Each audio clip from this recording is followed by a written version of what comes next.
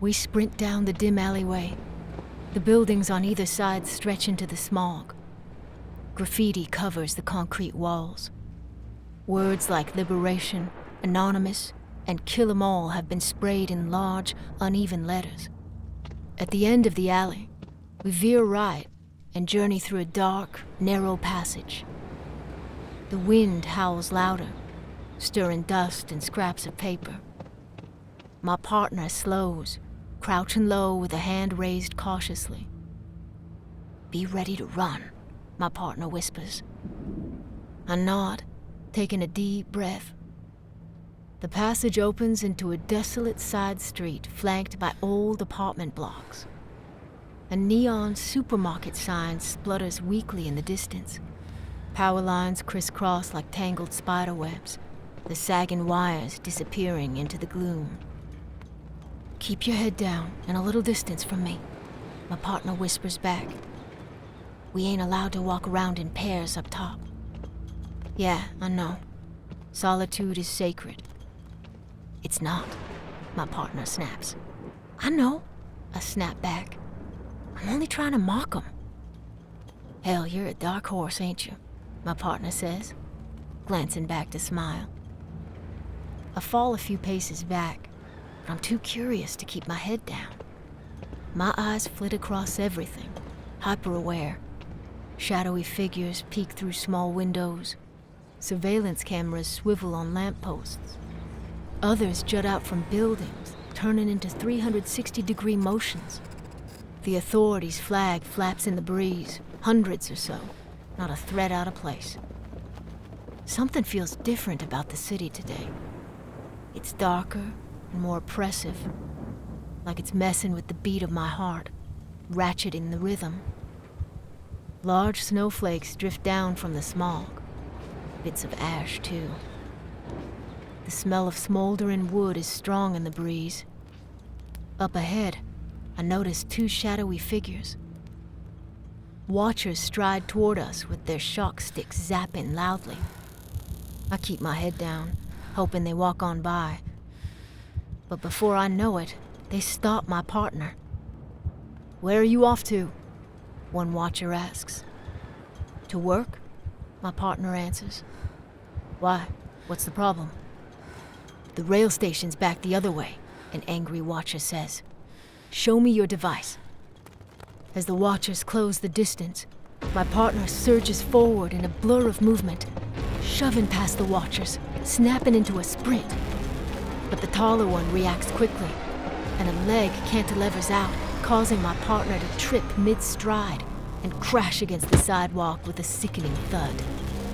Before my fears can freeze me stiff, something primal takes over. The watchers don't see me coming from behind. I shoulder the nearest one. A crack echoes, like a skull meeting pavement or a helmet jarred loose. A shock stick clatters against the ground, rolling loose as two onlookers scatter. Another blur of movement. My partner seizes the discarded shocker and stabs the hot prongs into the watcher's exposed neck. The watcher convulses, limbs flailing, collapsing into a twitching heap. The other watcher lunges forward, but my partner weaves to the side and stabs the shocker straight to the neck. "Run!" my partner shouts. My feet pound the sidewalk, kicking sleet in my draft. The cityscape seems to meld in a flash. The buildings tear apart and then merge into abstract forms, enormous waves of motion. Yellow, red, green, and neon blue swirl, shiver, and seem to wheel in dramatic scenes of blurred light. Pixel by pixel, everything is changing, converging, and convexing. In this terribly gray city, under a gray sky filled with soot, smoke, and snow, I finally see this ocean of color. I've been swept away into the art of the city, into something that can only be accessed by the breaking of chains, by a heartbeat hammering 200 times a minute. I feel powerful like earthquakes displacing continents. Like stampeding winds striping rocks from mountains, tossing trees like toothpicks, coiling clouds around my little finger. I am the force of a 100-foot wave, unstoppable, annihilating, about to wash clean the arteries of history. I've never hit nobody before. I should feel bad about it, but I don't. And the slanted slope of my smirk has me gunning for more, has reeled in my fear and replaced it with a temper to fight. Like the old me, made of wicker and string, rose in a belly of flames and revealed my mettle in the ashes of old. In here, my partner shouts, gesturing toward the entrance of a tall, abandoned building. My eyes scurry back into focus. We peel back a sheet of rotten plywood from the main door and shimmy through the splintered gap. The building is derelict inside. The enormous atrium, the zigzagging spine of a stairs, vaunts upward at least 5 stories high. Trash is strewn across the floor like a tide washed through a dump site. The walls are bloated and damp. White paint peels in long curling strips, crumbling into small piles like discarded skin. Relics from the past are scattered throughout the vast rooms. Coffee mug with a faded Netflix logo, desktop computers, their screens barely visible behind thick layers of dust. Keyboards with missing letters, white, moldy desks with open drawers. A torn poster of a supercomputer hangs crookedly on the wall, its bold letters still visible despite the wear of time. AI, the future is now. We move through a large room, along rows of desks where a vending machine lies turned on its side, its glass front cracked, faded snack wrappers littering the floor around it. My partner sits down on the corner of the desk, breathing heavily. Thanks for saving me back there. I didn't want those Watchers to hurt you. Watchers aren't even bad folks, my partner explains. They're just doing their job. But their minds are rotted from rules. All rotted like this building is. Anyway, we need to find a docking station. There's one around here somewhere. You check here. I'll scout over the far side.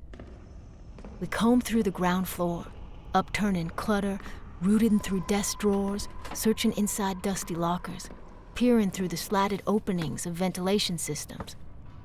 I find an old, crumpled photograph in one of the drawers.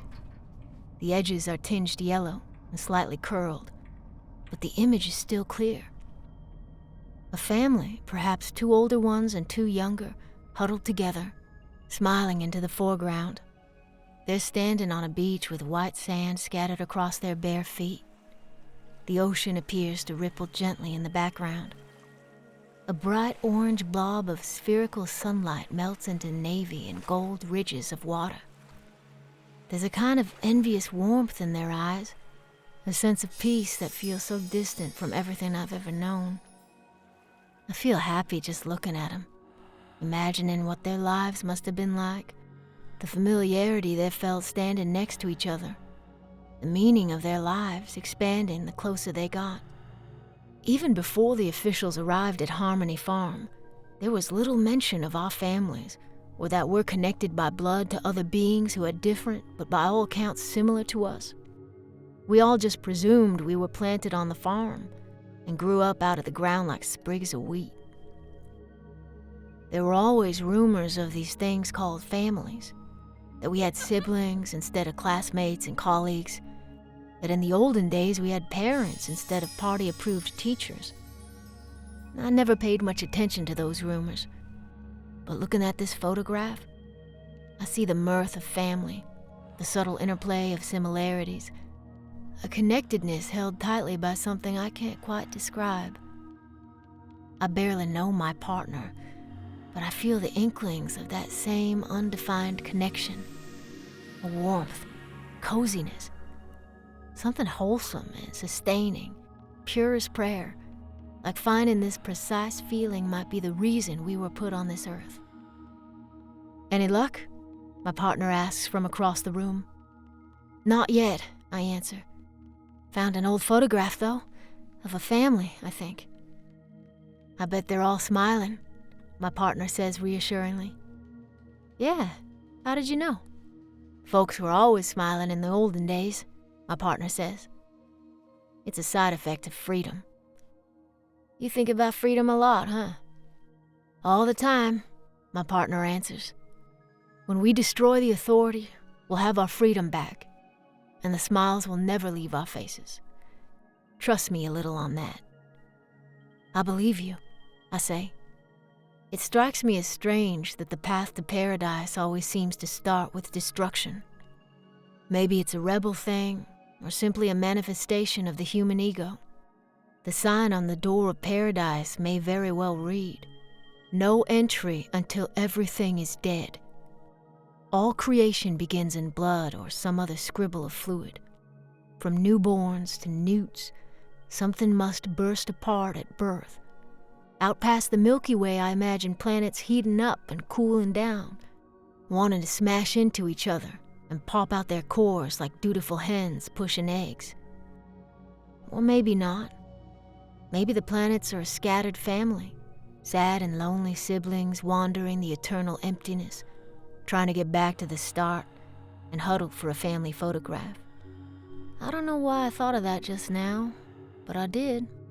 And I guess that means I feel a certain emptiness or have a certain longing for a family or things that seem so extraordinarily far away and unlikely. I stare at the photograph again, feeling a lump in my throat, wondering if I have a family somewhere out there, kicking back on a beach, drinking ocean air, or climbing trees in the forest, trying to creep onto the clouds. Are they like me? Do they dream of something better? Something freer? Or are they phrase fanatics, their spirits swallowed by solitude, dulled by banality, breathing in smog, declaring that it's fresher than sea air?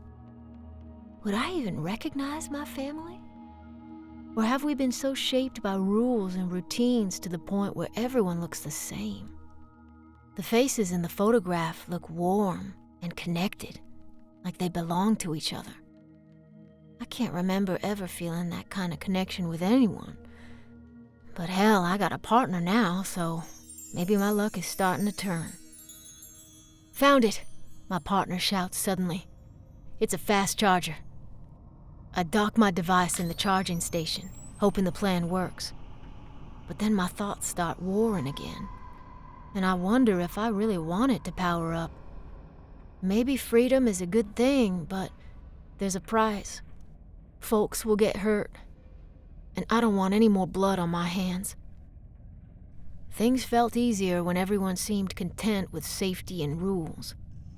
But now I'm wrapped in a world where safety and freedom are pitted against each other, like two concepts that can't coexist, two sides of the same system trying to wipe the other out at the expense of the whole. After a moment, the screen lights up, and a yellow canary appears. "Check your followers, but make it quick," my partner says. "We need to get to Central Square before it's too late."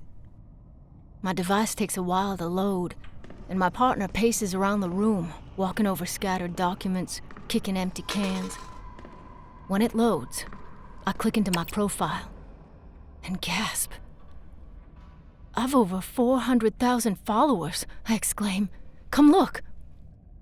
"Yeah, you'll be in Caldera Country in a few days," my partner claps. "The plan's working like the engineer said it would. Gotta tune into that." "I don't want to go anymore," I say, taken aback by my own words. "I kind of want to stay with you and get ourselves into some more of these adventures." "That's not an option for you," my partner snaps. "But the engineer said rebels are free to choose their own way of life." My partner sighs.